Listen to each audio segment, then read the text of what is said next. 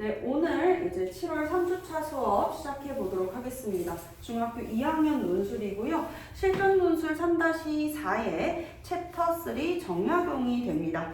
선생님은 프린트로 교재 같이 한번 보도록 하겠고요. 우리 교재 페이지는 몇 페이지예요? 36페이지가 되겠습니다. 36페이지 한번 넘겨가지고 보도록 할게요. 여러분들 지난 시간에 선생님이랑 뭐 했었는지 기억나시나요? 네. 정조대왕에 대해 가지고 배웠었죠. 그쵸? 정약용을 배우는데 왜 정약용이 아니라 정조를 먼저 배울까? 라는 생각을 우리가 앞서 배웠었던 단원 챕터 2였었던 천재, 만들어지는 것인가 타고나는 것인가 라고 하는 단원에서 이어지게 되면서 오늘날의 영재교육이 입시 중심으로 흘러가고 있는 것 같은데 이 영재교육이 나라에 천재가 있다는 게 얼마나 큰 도움이에요, 여러분들. 그치? 국가에서도 이러한 인재를 양성할 필요가 있다라고 생각을 하게 되면서 인재 양성에 되게 힘쓰고 있다라는 이야기를 지난 시간에 이야기를 했었는데 그러려면은 어렸을 때 이제 조금 다른 친구들과는 뭔가 다른 떡잎부터 다른 인재들을 찾아가지고 교육하는 것이 중요하다라고 생각을 하면서 영재교육을 실시했지만 실제로 영재교육은 영재학교에까지 입학시키는 그 과정만을 좀 중시하고 있지 그 안에서의 교육은 아직 문제가 조금 있다, 아쉬움이 있다, 개선점들이 있다라고 생각을 하게 되면서 그럼 과거에는 어떻게 이제 나라의 뛰어난 인재를 선발하겠느냐라는 이야기를 하게 되면서 우리가 무엇을 하게 된 거예요? 조선 후기의 정조대왕께서는 이러이러한 제도를 통해서 능력 있는 관리를 두루 등용했다라고 하는 준탕평론에 대해서 이야기를 했었습니다. 그죠? 자, 그러면 선생님이랑 같이 볼 부분은 조선시대의 정약용이 어느 시대 사람이에요? 조선시대. 그렇지. 조선시대 사람이란 말이죠. 조선에 대한 이야기를 하지 않을 수가 없죠. 대부분의 친구들이 또 여러분들 망포중학교나 잠원중학교 학생들이잖아요. 망포랑 잠원중학교는 다른 학교들의 교육과정과는 다르게 중학교 2학년 때 역사 시간에 뭘 배울까요? 한국사를 배웁니다. 그렇죠? 한국사를 배우고 있어서 2학기 여러분들 시험 범위로도 들어가는 부분이니까 논술 수업을 통해 가지고 세상을 바라보는 식견과 정약용이라고 하는 조선의 천재 철학자에 대해서 학습하면서 더불어 2학기 여러분들 역사 시험 점수도 함께 챙길 수 있도록 하겠습니다. 아시겠죠? 조선이라는 나라는 1392년부터 1897년 광무개혁으로 대한제국이 되었었던 1897년까지의 역사를 가지고 있습니다. 약 몇 년인 것 같아요? 약 500년? 그렇지. 약 500년의 역사를 가지고 있는 것 같다라는 생각이 드네요. 자, 그래서 조선사를 약 500년의 역사, 굉장히 긴 역사잖아. 이제 선생님이랑 같이 역사 수업을 해본 친구들은 알겠지만 고려시대도 마찬가지로 918년에서 1392년까지 약 500년의 역사란 말이죠. 이 반천년, 500년의 역사를 선생님이 5등분으로 나누고 있는데 조선은 그것보다 조금 더 간단하게 나눌 수가 있어요. 조선이 건국되었었던 1392년에서 이제 대한제국이 되는 1897년 요 사이 이 가운데를 나누는 기점으로 조선의 전기, 중기, 후기로 나누어 볼 거예요. 아시겠죠? 자, 일단 조선 전기에는 나라를 건국하는데 크게 기여했었던 인물들이 있어. 조선 전에는 어떤 나라였겠니? 그렇죠. 여러분들이 알고 있는 그대로 고려라는 나라였었죠. 자, 그래서 고려의 이 능력 있는 새로운 학문을 연구하는 선비들 신진 사대부들이 이제 나라를 세우게 된답니다. 신진사대부도 새로운 나라를 개창하자라고 하는 급진파 신진사대부와 고려라는 나라는 그대로 두고 체제만을 바꿔보자라고 하는 온건파 신진사대부가 있었는데 그 중에서 어떤 신진사대부겠어요?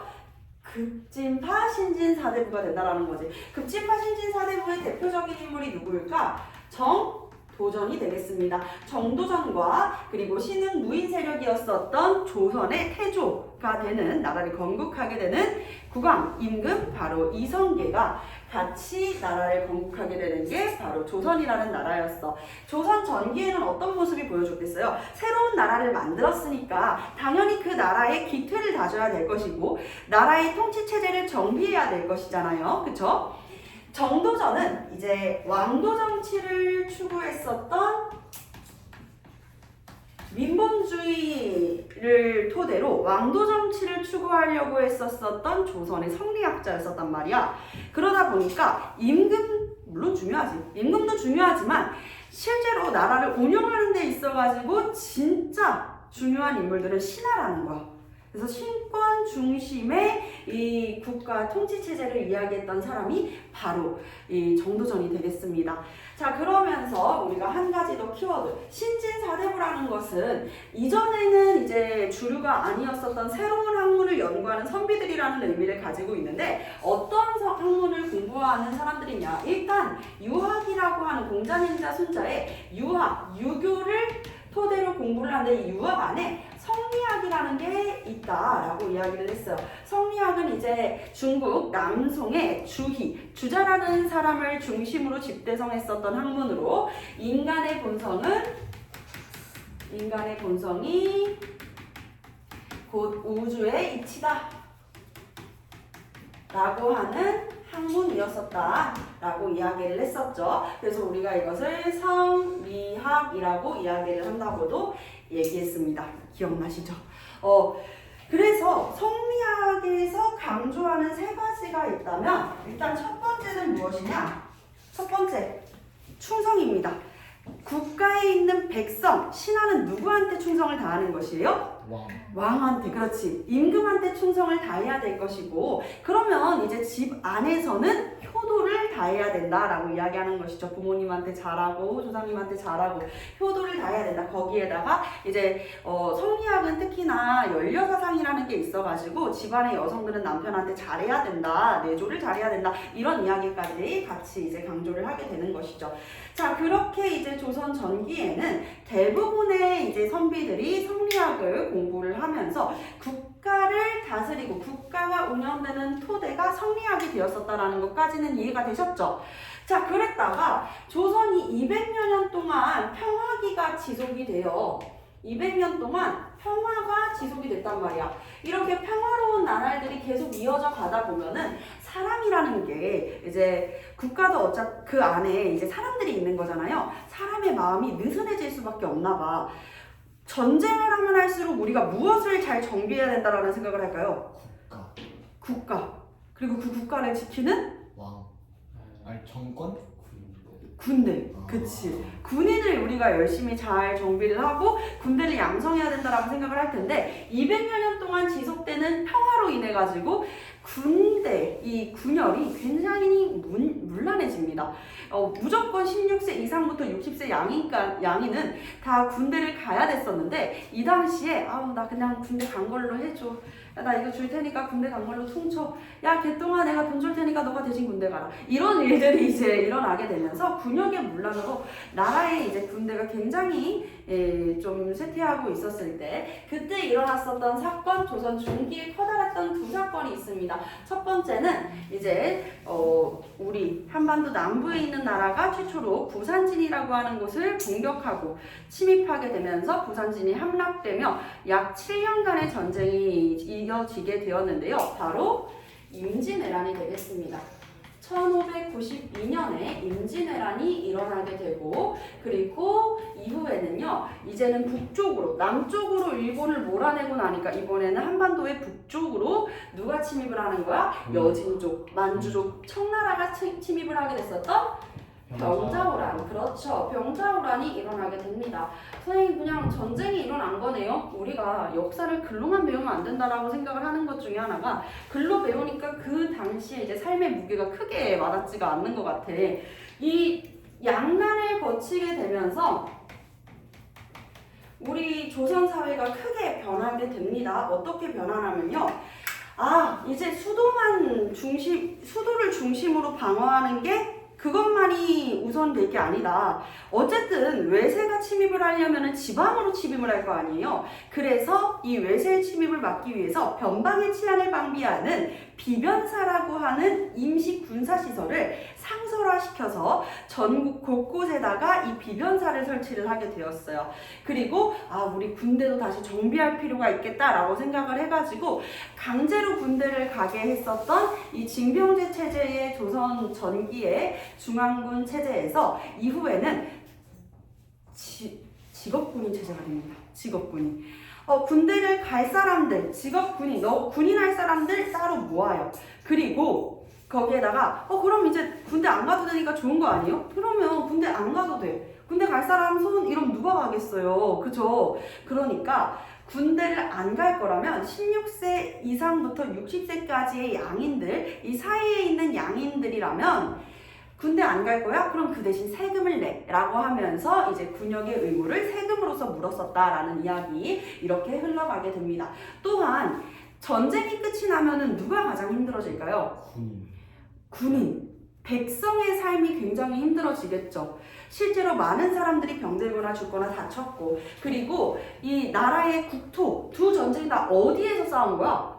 조선! 우리 한반도 안에서 싸운 거야, 얘들아. 그러면 국토는 당연히 황폐화가 될 것이고, 거기에다가 우리의 소중한 문화유산들까지도 소실이 되고는 했습니다. 대표적으로 임진왜란 때 우리 조선의 궁궐이었었던 경복궁이 소실되었었고, 불국사가 소실되는 등 우리의 소중한 문화재들이 이때 이제 불에 타거나 붕괴되는 일들도 발생했다라는 것이죠.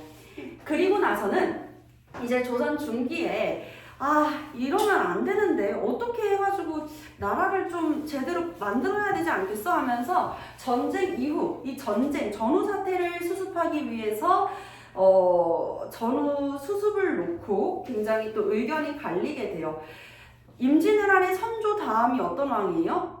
광해군이거든요. 네, 광해군인데 이 광해군은 이제 우리가 일본을 물리쳤잖아요. 너네 나라로 돌아가. 도요토미 히데요시가 이제 임진왜란 중간에 병사를 하게 돼가지고 후퇴하는 일본군을 이순신 장군이 노량에서 무찌르게 되었었잖아요. 그죠? 그러면서 이제 우리가 임진왜란 일본을 물려보냈다 이렇게 생각을 하고 있었는데 이때 또 북쪽으로는 명나라랑 청나라, 그 당시에는 이제 후금이라고 하는 여진족의 나라였는데 한족의 명나라와 후금의 여진족의 후금이 또 이렇게 다투고 있는 거야. 그러니까 명나라는 우리한테 뭐라고 이야기하겠어? 야, 군대 좀 보내줘, 도와줘. 우리도 임진왜란 때 너네 도와줬잖아. 우리가 임진왜란 때 너네들한테 군인 보내가지고 도와줬으니까 이번엔 우리도 좀 도와줘 라고 해가지고 우리가 이제 군대를 파견을 시키는데, 군대를 파병할 때 광해군이 뭐라고 이야기를 하냐면 너무 중국 명나라 장수의 말은 듣지 말고 잘하고 돌아와 이렇게 이야기를 하는 거야. 그 말은 최선을 다하라는 걸까? 다하지 말라는 걸까? 하지 말라는 그치? 다하지 말라는 거겠지. 왜 다하지 말라라고 이야기를 하는 거야? 지금 이제 국가들이 움직이는 국가 정세를 보게 되니까 명나라 그리고 누구 있어? 후금. 그치? 청나라가 되는 후금이 있잖아. 명나라, 후금, 청나라가 있는데 두 나라가 부딪히는데 누가 우세해 보여? 후금이 우세해 보여. 그러니까 우리가 바로 또 한반도 압록강이랑 두만강을 넘어가지고 맞닿아 있는 이 후금과 갈등을 빚기보다는 명을 또 안 도와줄 순 없는데 하면서 그 사이에서 유연한 중립외교를 하자라는 의견을 제시하게 되는데, 그래서 그렇게 중립외교로 유연한 외교를 펼치려고 했었던 광해군, 결국에는 어떻게 됩니까? 패위당하니까 군자로 끝나는 거 아니겠어요? 이때 조선의 신하들은 다른 이야기를 한다는 거야. 야, 아무리 그래도 우리가 명나라가 임진왜란 때 우리 얼마나 도와줬는데, 그래서 조명연합군을 형성을 해가지고 일본군 무찔러낸 건데 명나라가 우리 도와줬던 걸 생각하면 그럴 수가 없는 거 아니냐. 명나라 심지어 우리가 4대 관계로서 아버지처럼 섬기고 있는 나라인데 명에 대한 예의를 다하지 않는 군주는 모실 수 없다라고 이야기를 하게 되며 이제 당파도 또 나뉘게 되고 그 안에서 또 정치적인 이야기들이 나뉘어지게 됩니다. 그래서 조선 중기 이후에 이제 심화되는 모습으로 이렇게 우리가 볼 수 있는 건 첫 번째, 붕당의 형성, 그리고 당쟁의 심화. 당제는 두 당파로 이제 붕당이라는 것은 살인 세력이었었던 선비들이 사대부들이 이제 팔을 나눠가지고 의견에 따라가지고 팔을 나눠서 갈라졌다라는 것이거든요. 붕당이 형성되고 그리고 당쟁이 심화되고 그리고 나서는 또 어떻게 되는 거야? 세 번째는 당쟁이 막 서로 막 싸워 그러는 동안에 굉장히 나라가 혼란해졌겠죠. 그런 상황에 와중에 이제 농업과 상공업의 발달, 진흥으로 인해 가지고 이미 이제 일본은 조총을 임진왜란 당시에 조총을 사용하고 있었는데 우리는 못 샀어요. 팔 썼어요. 포르투갈 이제 여러분들 세계사 배우면은 신학로 개척에서 배우게 되겠지만 최초로 이제 세계 일주에 성공했었던 것은 에스파냐일까 포르투갈일까? 포르투갈은 이제 바스코다가마가 최초로 인도를 가요. 진짜 아시아, 서남아시아, 서아시아 바로 가까이 이렇게 우리나라 가까이 동아시아 일대까지도 도착을 했잖아. 이후에는 에스파냐에서 아메리카 대륙을 콜럼버스가 발견을 하게 되고요. 그리고 나서는 어쨌든 아메리카 대륙을 발견했지만 거기가 인도는 아니었잖아. 인도 찾으려고 간 거였는데 그래서 이러면 우리가 지구를 한 바퀴 다 돌아보자 라고 해가지고 마젤란이 이제 지구 한 바퀴를 다 돌게 됩니다. 세계 최초의 이 세계 일주를 누가 하게 된 거야? 에스파냐가 하게 된 것이죠. 그러면서 이제 아시아와 이 유럽이 교류를 하게 되고 포르투갈 상인으로부터 일본은 조총을 수입하게 되었었다라는 이야기야. 그러니까 신항로가 개척되고 대항해 시대가 열리게 되면서 유럽 열강들이 이제 아시아 일대 그리고 아프리카, 아메리카까지 이 무역의 범위를 더 넓혀가고 있었다라는 것이죠. 그러면서 이제 우리도 자연스럽게 넓어진 이런 통신망, 교통망을 통해 가지고 농업이 발달하고 상공업이 발달하게 됩니다. 그러면서 부를 축적한 분홍이 등장하게 되고요. 상민들 중에서도 상업활동을 하는 상민들 중에서도 부를 축적한 상민들이 등장하게 된다는 것이죠. 선생님이 지난번에 한번 이야기를 한 적이 있을 텐데 조선 사회는 신분제 사회이면서 동시에 산업공상의 신분 인식이 있었다고 그랬었잖아요. 맨 앞에 있는 사가 무슨 사예요? 선비사자야 얘들아. 선비사. 그래서 가장 이제 우선시하는 거는 선비. 그 다음에 농은 누구일까? 농은 농사 짓는 사람들? 농부. 농민들 되겠고. 공은 뭘까요? 장미 약간 맞아. 공업자. 장인을 얘기하는 거야. 장인. 그래서 대장장이 이런 사람들, 수공업자들, 장인들, 상은 상민이야. 상업활동, 물건 사고 팔고 쌉니다, 사세요 하는 사람들 있잖아.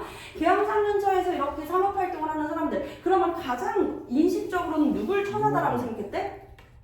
상민? 그렇지. 상민을 되게 천하다고 생각을 했대. 그래서 오늘날까지도 우리가 비속어로 사용하고 있는 말 중에 하나가 야이 상놈의 자식아 이런 식으로 표현을 하잖아요. 올바르지 않은 표현인데 그만큼이나 이제 상민들을 굉장히 낮고 천하게 생각을 했었다라는 것이죠. 그랬는데 그런 상민들이 오히려 상공업이 발달되면서 부를 축적하고 있네? 그럼 이 사람들은 돈도 있어.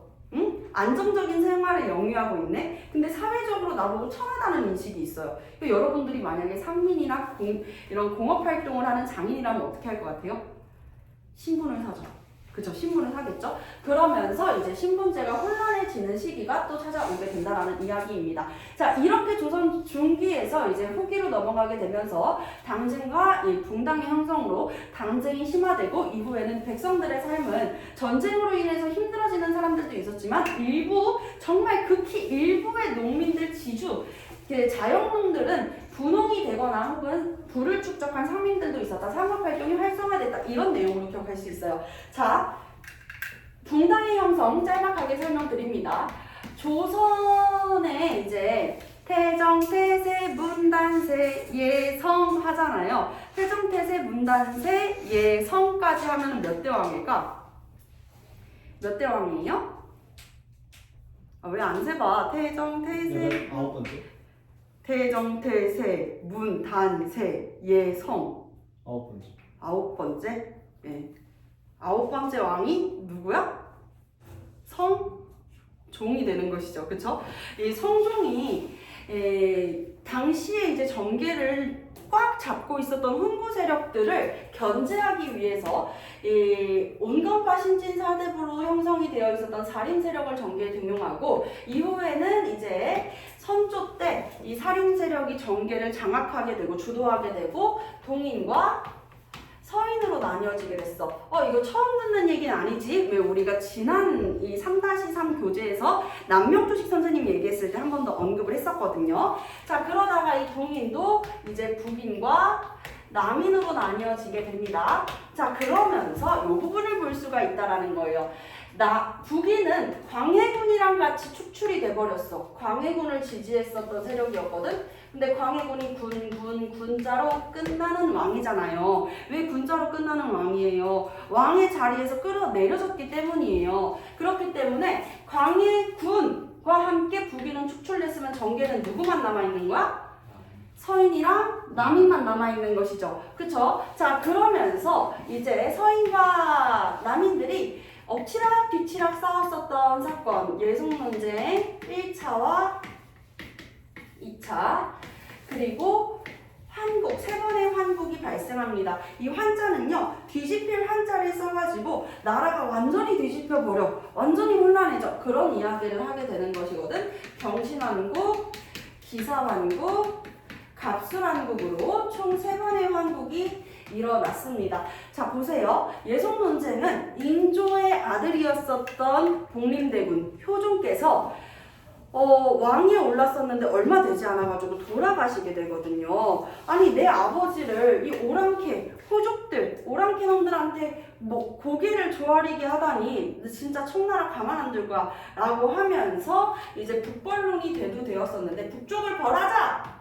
라고 하는 북벌론이 대두됐었어. 북쪽은 어디겠어? 당연히 병자호란을 일으켰던 청나라겠지. 근데 이 북벌을 시행하지는 못하고 효종께서 돌아가시는 거예요. 그러니까 그동안 이야기하지 못했었던 그러면 우리 반대로 이 북쪽 청나라가 어떻게 그렇게 세졌는지 북쪽을 좀 배워볼까? 라고 하는 북학론이 대두되기도 했다라는 거.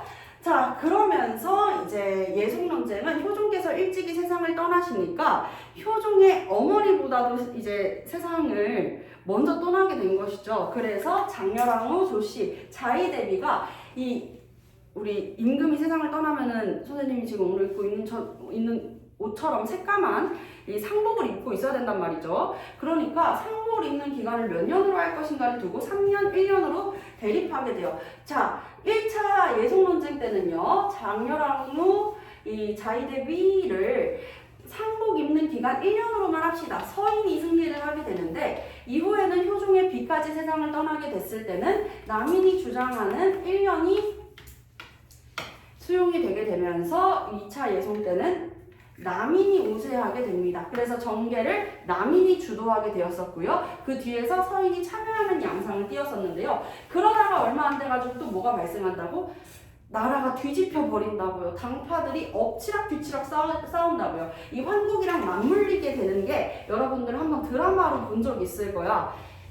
그 희빈 장씨, 장희빈 이야기. 장희빈이 누구야라고 이야기하면 대다수의 친구들이 뭐라고 얘기하냐면 장희빈 나쁜 사람이요 이렇게 얘기하더라고. 희대의 악녀요 뭐 이런 식으로 표현을 하잖아요. 원래는 이제 국련 출신이었었던 후궁의 장희빈이 왕비까지 돼, 얘들아. 왕비까지 된단 말이야. 그래서 숙종의 비가 되는데 그 과정을 이제 드라마로 많이 다뤄요. 그럼 숙종은 왕비가 없었을까요? 아내가 없었을까요? 있었어요. 인현왕후가 있었습니다. 근데 이제 인현왕후와 숙종 사이에서 아이가 생기지가 않자 결국에는 어떻게 되는 거야? 이 숙종의 후사 아이를 먼저 가졌었던 희빈 장희빈을 왕비로 추대를 해야 된다라고 하면서 환국이 일어나게 됐어요. 경신왕국 때는 이제 서인이 승리를 하게 되고 서인은 인현왕후를 지지했습니다. 그러다가 이제 기사왕국이 드라마로 많이 다뤄집니다. 이때 이제 인현왕후를 폐위시키고 장희빈을 왕비로 이렇게 세우게 되었었던 사건이거든요. 그러면 장희빈은 남인 세력들이 많이 지지를 했겠죠. 자, 그리고 나서는 이제 갑술왕국 때 다시 이제 인현왕후를 복위시키면서 서인 세력들이 승리를 하게 되는 것이다. 요 맥락을 조금 기억해 주시면 돼요. 자, 그러면서 정계에서 남인들은 갑술왕국으로 완전히 좀 배제가 되는 경향이 있었습니다. 이후에는 이 서인 세력들이 두 파로 나뉘어지게 되죠. 노론과 소론으로 나뉘어지게 되고, 이 중에서도 치고 갔었던 세력들은 노론이었었다. 지난 시간에 했었던 내용이랑 맞물리게 되는 부분입니다. 이해되셨죠? 자, 그런데 여기까지 설명을 했잖아요. 그런데 그러면 정약용이 활동했었던 조선 후기의 시대에 대한 상황적인 맥락을 우리가 짚어봤어. 정약용은 전라남도의 이 남양 출신이었었단 말이야. 정조의 총애를 받았었던 신하였었죠. 이 정약용 거의 남인 계열이었습니다. 남인 계열이었다면은 뭐다? 정계에서 지금 배제가 되고 있는 상황이야. 배제가 무슨 뜻이야? 빼는 거. 맞아요. 제외시키는 거잖아. 그치? 그래서 정계를 거의 서인 세력들이 주도하고 있었는데, 정계에서 배제되었었던 남인 계열. 근데 이 정약용이 어떻게 나라의 관직에도 여러 번 오를 수 있었냐라는 이야기죠. 그쵸? 실제로 23살의 나이 때 과거 시험이었었던 생원, 진사과에 합격을 했었던 인물입니다. 대단한 거지. 그치? 근데 정약용 어떻게 이 능력을 인정받았느냐? 이건 우리가 지난 시간에 이야기했었던 정조대왕의 인재등용정책 준탕평론이랑 맞물린다 라고 이야기를 했죠. 아버지와 첫 사이에서 태어난 자식을 우리가 서자라고 표현했잖아. 그래서 이 홍길동이 아버지를 아버지라고 부르지 못하고 형을 형이라고 부르지 못하는 일이 발생했었죠. 서열에 대한 차별을 폐지하고, 그리고 정조께서는 이제 규장각이라고 하는 왕실 도서관을 설치하여 이 규장각을 통해, 규장각은 이제 도서관으로 설치를 했지만 이후에는 권력기구화가 된다 그랬어요. 이 37세 이하의 능력 있는 어린 당화관 출신들 중에서도 능력 있는 선비들을 이제 초선을 해가지고 뽑아서 교육시키다가 40세가 되면 졸업시키는 제도, 초계문신제를 실시하면서 이를 통해서 등용했었던 진주 정약용, 그래서 정조의 총애를 굉장히 받았었던 인물이었다라고 이야기를 했죠. 이때 이제 정약용을 우리가 뭐라고 부르냐면 실학을 대표하는 조선 후기의 천재 철학자라고도 이야기를 하는 거야. 선생님, 실학은 또 뭐예요? 너무 어려운 얘기가 계속 나와요. 살면서 처음 듣는 이야기들이 계속 나오고 있죠. 여러분들 보세요. 실학은 말 그대로 실생활에 사용할 수 있는 실용적인 학문을 이야기하는 거야. 여러분들 지금 우리가 하는 공부는 실생활에 도움이 될까 안 될까? 안 된다고 생각하는 친구들 다시 한번 생각해 보세요. 실생활에 도움이 되죠. 여러분들이 왜 이렇게 한 자리에 모여가지고 공부를 하고 있는지 사실 이제 중2들이잖아요. 중2들은 잘 모를 수 있는데 곰곰이 한번 생각을 해봐. 여러분들이 돈을 적게 벌고 싶어? 많이 벌고 싶어? 많이 벌고 싶지. 많이 벌고 싶어. 근데 또 어떻게 벌고 싶어요? 막 하루에 24시간 중에서 21시간씩 일하면서 많이 벌고 싶어요? 아니요, 1시간만 일하고. 그쵸. 적게 일하고 많이 벌고 싶어. 혹은 난 적당히 일하고 그만큼 또 벌고 싶긴 한데, 근데 여기서 적당히 일하고 자기가 싫어하는 일로 돈을 버는 것보다 좋아하는 일, 하고 싶은 일로 돈을 버는 거, 여러분들이 원하는 방향 아닌가요? 자본주의 사회에서 돈을 벌지 않는다는 건 아예 불가능한 의미잖아. 그치? 돈을 벌 때 내가 원하는 일로, 내가 관심 있는 분야로, 이쪽으로 나는 좀 더 성장하고 싶어 하는 마음으로 여러분들이 여기에 모인 거야. 나중에 어른이 됐을 때 내가 싫어하는 일, 내가 다른 사람보다 더 많은 시간을 할애해가지고 돈을 벌지 않기 위해서 여러분들은 지금 자신의 미래에 영향을 미치는 과목들을 공부하고 있는 것이라고. 근데 조선시대는 그렇지가 않았어. 조선시대 이 성리학자들이 공부하는 모습을 생각을 해봐요. 이 앉아가지고 사서삼경을 펼쳐놓고 공자의 논어, 맹자의 맹자, 그리고 뭐 대학, 이런 책들을 계속 보면서 아 그래, 내 자신을 수양해야지 하고 공자의 뜻은 무엇이며 공자왈 맹자왈 이렇게 자기 자신을 수양한단 말이에요. 심지어는 과거 시험이 오늘날의 수능 시험처럼 오지선다형 문제도 아니라고 이야기했죠. 논술형 문제라고 이야기를 했어요. 왕께서 이제 문제를 내면은 그에 맞게 실현 가능성이 있고 창의적인 답안으로 꽉 채워가지고 사람의 키보다 더 크게 꽉 채워가지고 낸다라고 이야기를 했었잖아. 그렇게 해가지고 몇 명 뽑아. 전국에서 3년에 한 번씩 온 몇백 명의 선배들이 모이는데 그 중에서 한 명 뽑는 거야. 장원급제 얘들아. 이렇게 공부를 하는 게 실생활에는 크게 도움이 안 되지. 실제로 선비들이 농사 지을 수 있을까요? 대부분은 지주겠죠. 자기 농토를 보유하고 있으면서 그 지주들이 이제 마름이나 아니면 소작농을 두어가지고 자신의 땅을 관리할 수 있게 해주잖아요. 그러다가 이제 여기도 물수가 있어. 그렇게 관리를 시켰었는데 이후에는 이런 부분들. 아니 근데 우리는 진짜 먹고 살 게 없어서 나 관직에도 못 오르고 우리 돈도 없고 나 그냥 계속 공부는 하고 싶은데 땅이라도 팔아야겠다 해가지고 토지를 팔았네? 그러면 그 선비네 집안은 이제 뭐 먹고 살아요? 하는 일들이 조선 후기에 발생했다는 거예요. 몰락 양반이 등장하게 되는 것이죠.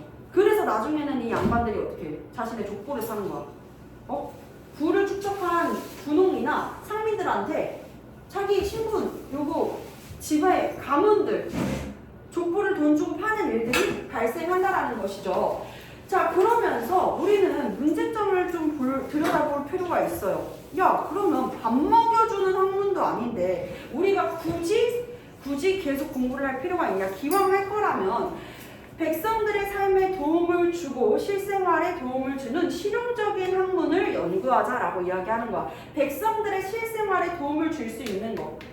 농사, 그리고 상공업이 있겠죠.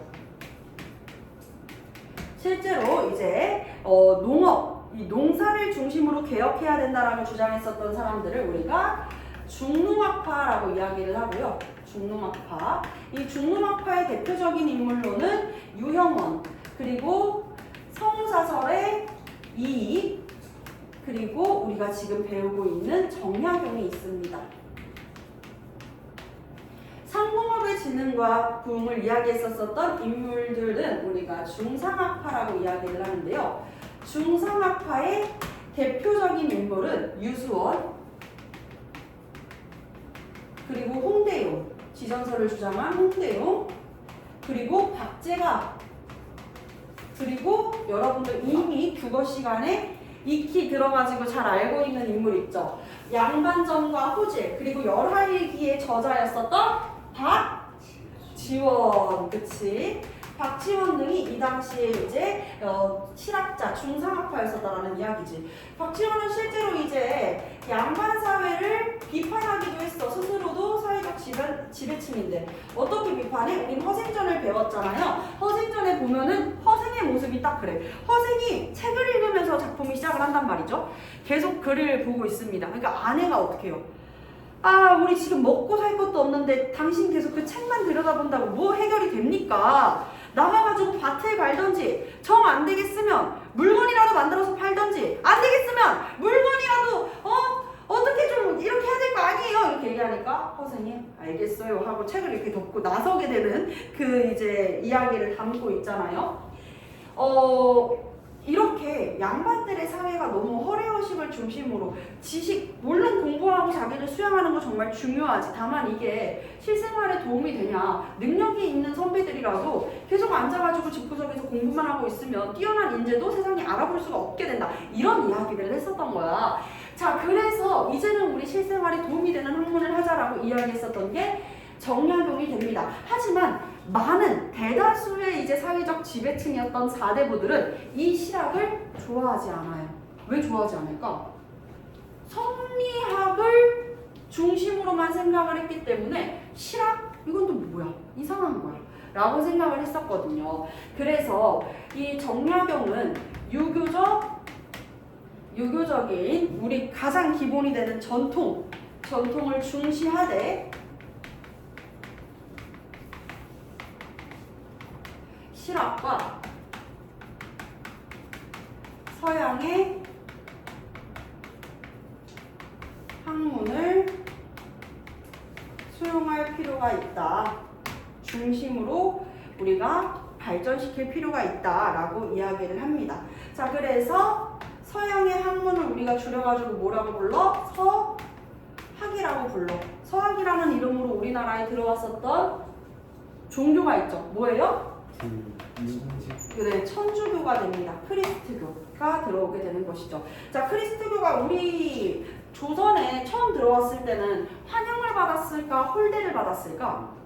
홀대를 받아요. 맞아요. 많은 박해를 받습니다. 그 이유는 크리스트교는 유일신을 하나님을 섬기잖아요. 그쵸? 그래서 유일신앙이야. 이거는 크리스트교뿐만이 아니라 유일신앙 종교에서는 대개가 그런데 첫 번째로 우상숭배를 금지합니다. 자, 우상숭배 금지하고 또 무엇을 금지했을까요? 우상숭배 금지하고 또 무엇을 이야기하냐면 신분차별. 그러니까 모든 사람들은 다 평등하다라고 하는 평등 사상을 주장했다고. 그러니까 사회적 지배층들인 양반들은 이런 게 좋아요, 싫어요? 싫지. 야, 나 우리 집안이 지금 3대째 영의정, 우의정, 좌의정까지 했었던 진짜 이름 높은 가문인데 감히 나랑 저기 저작거리에서 돼지 도축하는 백정놈이랑 내가 똑같다고? 그게 말이 되냐? 라고 생각을 했으니까 사회적 지배층들은 싫어했겠죠. 우상숭배 금지도 마찬가지야, 얘들아. 아니, 우상숭배는 이게 우리가 하는 게 우상숭배가 아니라고 생각을 하지만 신을 섬기면서 귀신도 섬기는 건 말이 안 되거든요. 근데 우리가 1년에 한 번씩 돌아가신 이제 조상님들의 제사를 지내잖아. 그런 제사를 지내는 것도 우상숭배다 그래가지고 제사를 못 지내게 했어. 선비들이 화가 나, 안 나? 화가 났겠지. 그러니까 이런 부분으로 맞닿아 있는 것까지. 그러니까 당연히 이제 좀 천주교는 박해를 받았습니다. 그런데 이런 천주교들도 이제 좀 폭넓게 이해를 하게 되면서 이러한 사상들도 기반으로 하여 이 실학을 발전시키려고 했었던 인물이었었고, 실제로 정약용의 형이 되는 이제 정약전, 그리고 정약중은 천주교 신자였어요. 세례까지 받았었던 천주교 신자였는데 이 두 인물 모두 다 이제 정조 때 신유박해로 인해 가지고 신유박해 때 천주교도들에 대한 이 박해로 사형이 되고 말았습니다. 그리고 그 빌미로 정약용도 실학, 이 정약용이 어디랑 관련이 있다? 천주교랑 관련이 있다 라고 이야기를 하게 되면서 정약용까지 유배 보내줘요. 그래서 일평생 너무나도 바빴었던 이 정약용, 유배에 가서야 자신의 책을 쓰게 됩니다. 그 책들이 탕가놀이의 척결을 이야기하면서 백성 중심의 정치를 해야 된다 라고 이야기를 했었던 목민심서. 정치부터 볼게요. 탕가놀이를 백성을 수탈하는 나쁜 관리를 우리가 뭐라 그래? 탕가놀이라고 이야기를 하잖아요. 그래서 탕가놀이를 척결하고 백성을 중심으로 행정을 이끌어야 된다. 이런 것에서 정약용이 가지고 있는 가치관이 느껴지는 거야. 얘들아, 백성을 중심으로 정치를 운영하는 것, 백성이 중심이 되는 정치를 강조하는 것, 우리가 무슨 주의라고 그래요? 민본주의라고 그래요. 우리 이미 맹자단원에서 같이 배웠었죠? 민본주의. 혹시라도 모르겠는 친구들은 같이 옆에다가 민본주의 밑에다가 적어 놓으세요. 백성이 중심이 되는 정치라는 내용으로 적어주시면 되겠습니다. 자, 이렇게 탕가놀이를 척결하고 백성이 중심이 되는 행정을 운영해야 된다라는 내용이 어디 나와 있었다? 정약용의 저서인 그렇지 목민관에 대해서 이야기한 목민심서에 나와 있게 되는 것이죠. 자, 그리고 두 번째로는 무엇을 이야기하냐면 법률입니다. 형벌은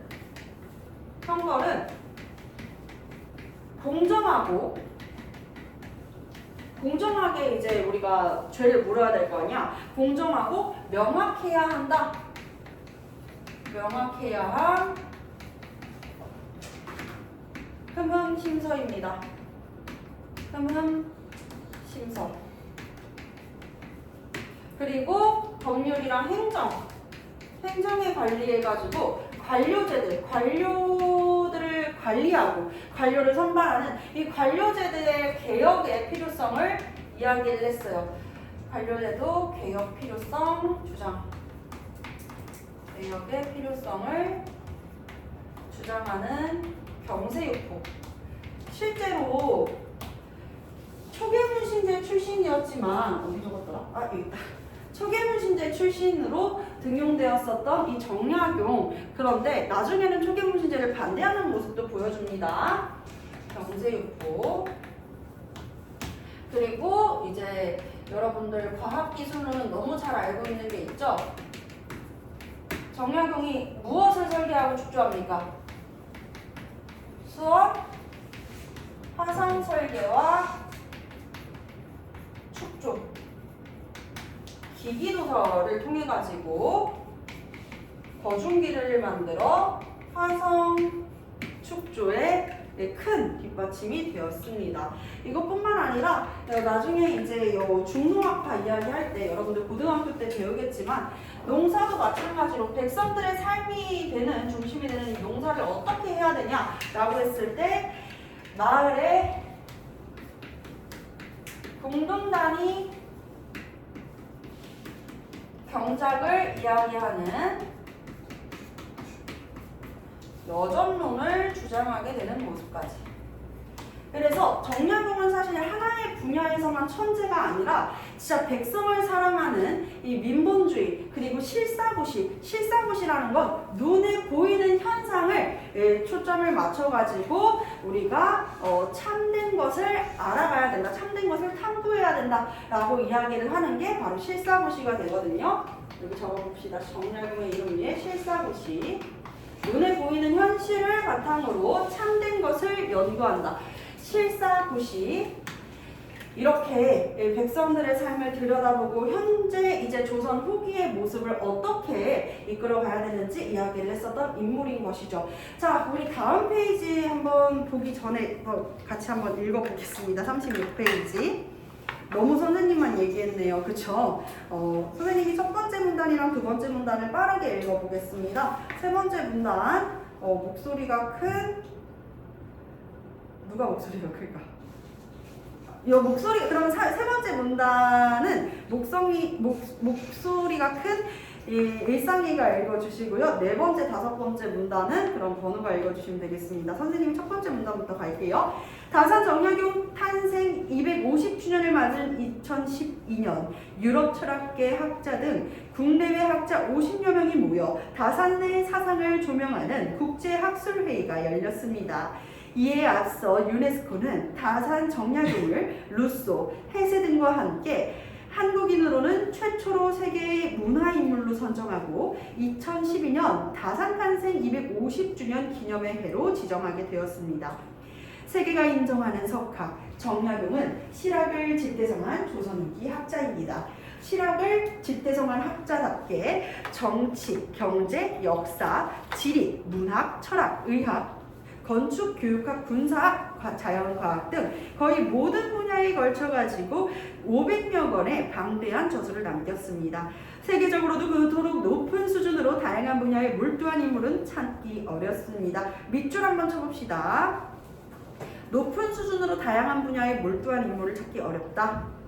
밑줄. 레오나르도 다빈치와 비교할 수 있는 뛰어난 인물입니다. 자, 23세 때부터는 이거 마이크 들고 이야기해주세요. 23세 때 진서 시험에 합격하여 선문관에 들어간 정약용은 뛰어난 재능과 학문으로 정조의 총애를 받았다. 28세 때 문과에 복귀한 이후 희름, 직장, 사관원의 정원, 사원부, 지평 등 관직을 거쳤다.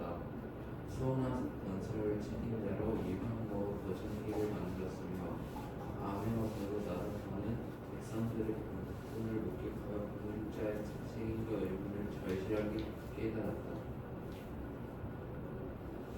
마이크 넘겨주세요. 성조가 죽고 선조가 즉위한 이후 노론과 남인간의 신일사옥이라는 천주교 산업 사건으로 비화하여 하면서 정의관과 형제들이 천주교인으로 지목받아 유배형을 받게 된다. 연이어 일어난 황사형 백서 사건으로 정의관은 다시 간진으로 유배진을 옮기게 된다. 무려 18년의 긴 유물생활 동안 정의관은 학문에 매진하여 500여 권에 달하는 학문적 성과를 내놓게 된다. 1818년 57세가 되던 해에 유배 생활에서 풀려 고향으로 돌아온 정혜국은 자신의 저술을 수정 보완하며 학문을 정리했다. 미완으로 남아있던 목민신서를 완성하고 흠흠신서 등의 저작을 내놓았다. 강파를 여러 학자와 교류하며 여러 학문을 계속 넓혀가는 정혜국은 1836년 75세에 이르기로 생을 마감하였다. 네, 좋습니다. 왼쪽에 있는 띵크맨 마이크 왼쪽으로 한번 넘겨주시고요. 왼쪽에 있는 띵크맨 보면은 다산의 세계화는 이 부분 같이 한번 읽어보겠습니다. 다산의 세계화는 아직 보름라도 못된 수준이다. 도널드 베이커 캐나다 브리티시 콜롬비아대 교수의 발표문에 따르면 다산이 서양에 처음 소개된 것은 1957년 그레고리 핸더슨이 아시아학 저널에 발표한 논문 정다산 한국지성사의 연구를 통해서였다. 현재 다산의 철학에 관한 영어 단행본은 2권에 불과하다. 베이커 교수는 다산의 저술을 한문으로 읽을 수 있었으며 영어, 중국어, 일본어 등으로 번역할 수 있는 유창한 학자들을 키워야 한다고 지적했다. 네, 좋습니다.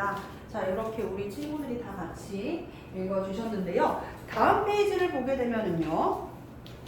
다음 페이지를 보게 되면 37페이지 보겠습니다. 37페이지에 뭐라고 나와 있어요? 다산을 조선에 뭐라고 부른대요? 조선의 아퀴나스. 조선의 레오나르도 다빈치라고 칭하는 이유에 대해서 이 조사해 보시오, 설명해 보시오라고 나와 있는데 우리 익숙한 이름이 나오지 않았습니까? 그렇지. 우리가 지난 단원에서 레오나르도 다빈치를 다비치? 안경인가요? 자, 레오나르도 다빈치를 우리가 그 가장 천재 했을 때 탑3 제일 먼저 나왔었던 사람이 아인슈타인이었고 그 다음에 레오나르도 다빈치 그리고 뉴턴, 에디슨 이게 순차적으로 나왔었잖아 얘들아. 이거는 우리 오후반 친구들뿐만이 아니라 금요일반, 오전반 친구들 모두가 그랬어요. 아마 이 영상을 보고 있는 친구들도 공감할 거예요. 맞아. 나 지난번에 나는 레오나르도 다빈치라고 이야기했었는데 난 누구라고 얘기했었는데 이런 생각이 들 수 있겠죠. 레오나르도 다빈치는요 우리가 많이들 화가로 알고 있습니다. 그래서 여러분들 모나리자와 같은 뛰어난 작품들을 머릿속에 먼저 떠올릴 수가 있는데 회화뿐만 아니라 건축에서도 뛰어난 인재였으며 그리고 천문학과 물리학 거기에 다빈치는 이 그림 회화의 기술에 조금 더 섬세함과 세밀함을 더하고자 사람을 어떻게 하기도 했어요? 자신의 제자를 해부하기도 했었죠. 그래서 해부학에서도 두각을 나타내는 통섭적 인재였다라는 것입니다. 우리가 지금 이 단원에서 계속 반복하고 있는 내용은 무엇이냐면 이 단원에서 우리가 천재라고 이야기하는 사람들은 대부분 하나의 분야에서 정점을 찍은 인물들이었어요. 그쵸? 과학의 분야의 천재, 문학의 천재 이렇게 한 분야에서의 천재를 이야기하다가 레오나르도 다빈치, 토마스 아퀴나스, 정약용까지를 우리가 묶어가지고 보았을 때 이들은 시대를 앞서가는 통섭적 인재였구나. 하나의 분야에서 그치지 않고 여러 방면으로 이 다양한 학술적인 지식과 기술들, 연구를 통해 가지고 시야를 넓혀갔었던 인재들이구나라는 것을 알 수가 있습니다. 레오나르도 다빈치는 우리가 지난 시간에도 이야기한 바와 같이 알고 있는 인물이니까 그렇다고 칩시다. 혹시 여러분들 토마스 아퀴나스는 누군지 아나요? 조금 초면이죠. 아마 이제 장원중학교, 망포중학교가 아닌 학교의 친구들은 이 인물을 들어본 적이 있을 거예요. 근데 없다면 여러분들이 학교 역사 세계사 시간에 졸지는 않았는지 한번 생각을 해보시기 바랍니다. 지금 이제 배우고 있을 거야. 중세 유럽이 1학기 시험 범위에 다 들어갔기 때문에 토마스 아퀴나스라는 인물을 한 번씩은 들어봤을 것이고, 토마스 아퀴나스는 13세기의 중세 철학자입니다. 중세 유럽 하면은 우리가 딱 떠오르는 모습이 있지 않나요? 선생님은 중세 유럽 하면은 종교가 좀 지배적으로 떠올라. 아무래도 십자군 전쟁, 이런 것들이 좀 먼저 떠오르는 것 같은데, 유럽의 다양한 국가들이 주로 믿고 있었던 그 당시의 종교는 무엇이었을까요? 오늘 우리가 한번 언급을 했습니다만, 크리스트교가 됩니다. 크리스트교는 누구를 유일신으로 모신다고? 하나님을 유일신으로 모신다고 그랬잖아. 예수는요? 예수는 구원자잖아. 메시아. 그치? 그래서 이 하나님의 자녀인 예수는 우리 인간의 죄를 대신 사하여 주기 위해서 십자가에 못 박혀 돌아가신 메시아의 역할이고, 하나님을 신으로 모시고 있는데, 우리 이런 생각 들지 않아요? 혹시 종교가 있는 친구들도 있겠지만 없는 친구들도 많을 거란 말이야. 종교 없는 친구들, 왜 스스로 종교가 없는지 생각해 본 적 있나요? 우리 선생님은 이제 정확하게는 믿는 신에 의하면 종교는 없거든요.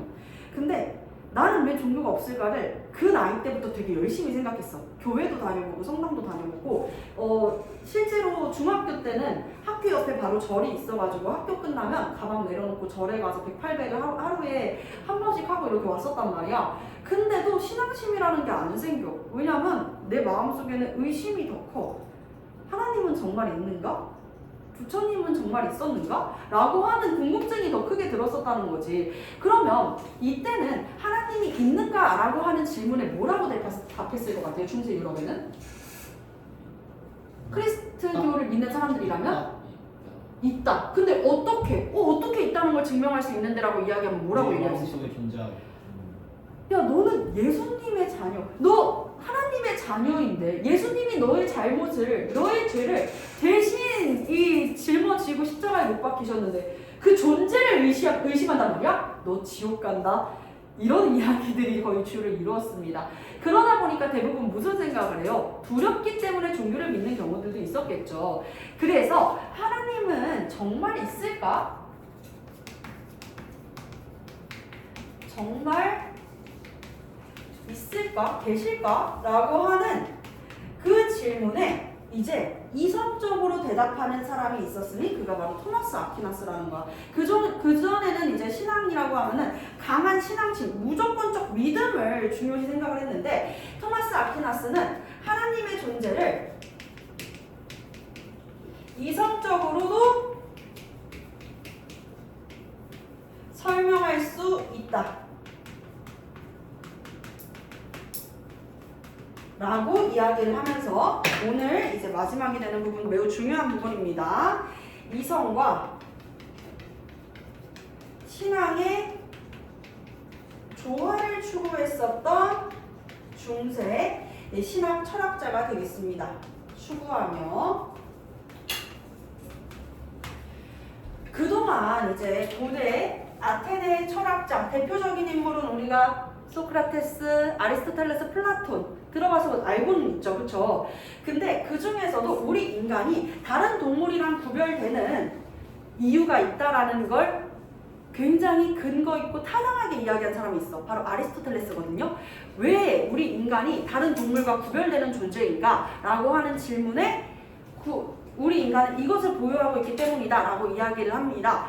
우리 인간은 이성을 가지고 있어요. 이 이성을 로고스라고 이야기를 하는데, 이성을 탁월하게 발휘하는 것을 이제 아레테, 덕의 실현이라고 이야기를 합니다.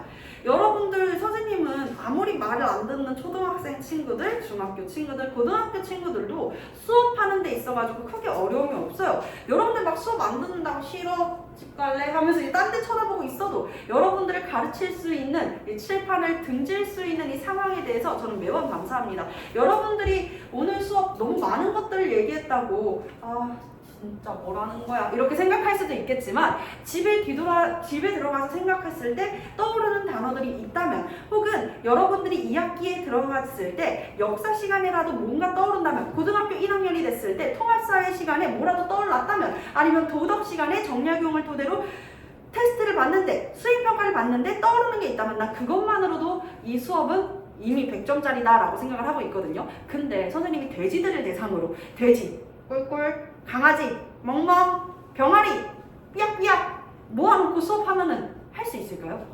1타 강사가 온다고 한들 수업을 할 수가 없겠죠.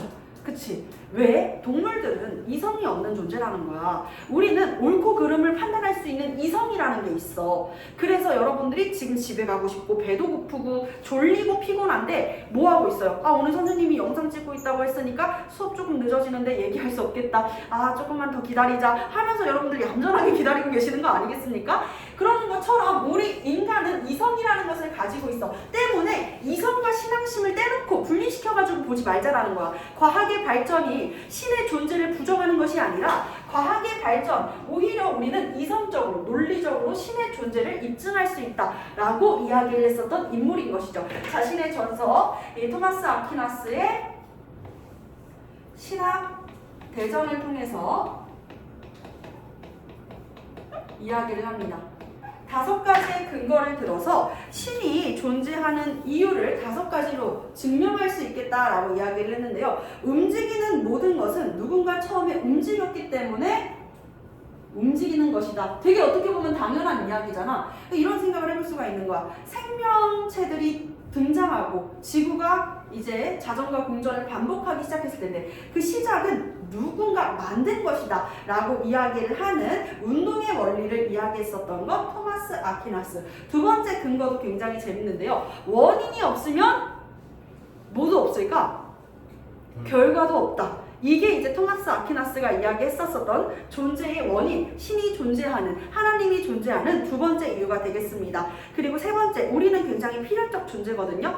태어나는 거는 되게 우연스럽게 태어나는 거잖아. 여러분들 생각해봐. 난자와 정자가 만났을 때 만나고 수정되는 확률, 그리고 그게 같은 연도, 같은 해에 태어나고 한 공간에 모이고 하는 것들이 되게 엄청난 영겁의 이 여러 겹의 우연들이 겹쳐가지고 여러분들 이 공간에 있고 선생님도 만나고 있는 것인데 우리는 결과적으로는 한 가지만큼 확실해요. 언젠간 다 죽겠죠. 그쵸? 그렇기 때문에 모든 존재는 언젠가는 사라진다라고 하는 필연적인 존재라고 하는 근거에서 이야기를 합니다.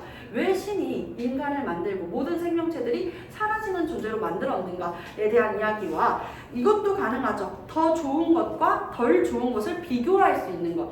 여러분들이 생각했을 때 선생님은 똑똑한가요? 네. 네, 고맙습니다. 선생님이 똑똑해요. 아인슈타인보다 똑똑한가요? 그거는 잘 모르겠습니다. 그건 좀 아닌 것 같죠, 그쵸? 아인슈타인은 엄청 똑똑해. 근데 유진쌤도 똑똑해. 그렇다고 둘 다 똑똑해? 아, 둘 다 같은 선상에 있어? 그건 아니잖아. 난 아직까지도 양자 역학에 대해서 완벽하게 알고 있다라고 제 양심이 있으면 난 그렇게 얘기할 수가 없어요. 그런데 양자 역학의 아버지라고도 불리는 아인슈타인은 굉장히 똑똑해. 유진쌤도 똑똑한데? 하지만 그 비교의 선상에 놓였을 때 비교의 기준이 있을 거 아니야? 그 비교의 기준이 절대자이다 라고 이야기를 했었던 것. 완전함의 기준에 대해서 4번째 근거로 이야기했습니다. 가장 마지막은요. 세상이 질서 있게 움직이는 것. 이것은 신이 만들어 놓은 질서다라고 이야기를 해요. 여러분들 봄이 오면 더 더워지는 뭐가 옵니까? 여름이 오죠. 특히나 우리나라는 계절풍의 영향을 받아가지고 무엇까지 경험해요? 요즘 비 많이 오죠?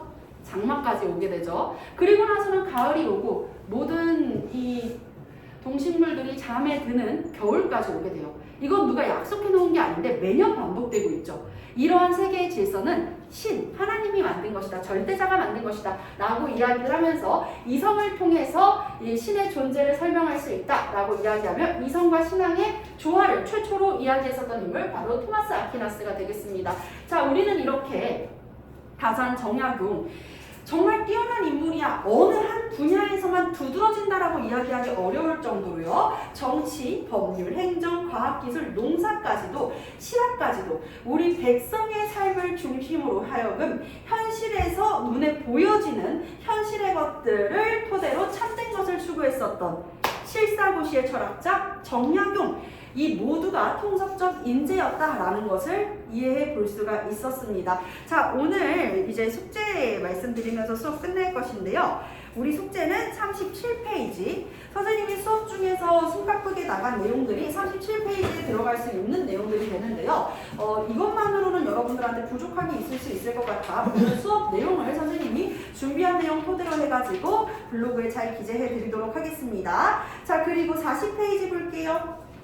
40페이지. 정조와 다산의 만남에 비견될 수 있는 만남의 사례를 조사하거나 탐구해서 프레젠테이션 아니죠. 우리는 글로 써오는 것입니다. 다시 반복합니다. 프레젠테이션 아니라 그랬어요. 글로 써올 것이에요. 선생님 그럼 첫 번째는요. 목민신서 겸세유포는요. 여기는 안 할 거예요. 다음 시간에 할 겁니다. 자, 그리고 다음 페이지 41페이지 다산 정약용의 삶을 근거로 통섭적 인재의 필요성과 중요성에 대해서 써오는 것. 총 지문 몇 개예요? 3개. 어렵지 않겠죠? 우리 숙제 빠짐없이 열심히 해봅시다. 오늘 수업 여기까지입니다. 고생하셨습니다. 고맙습니다.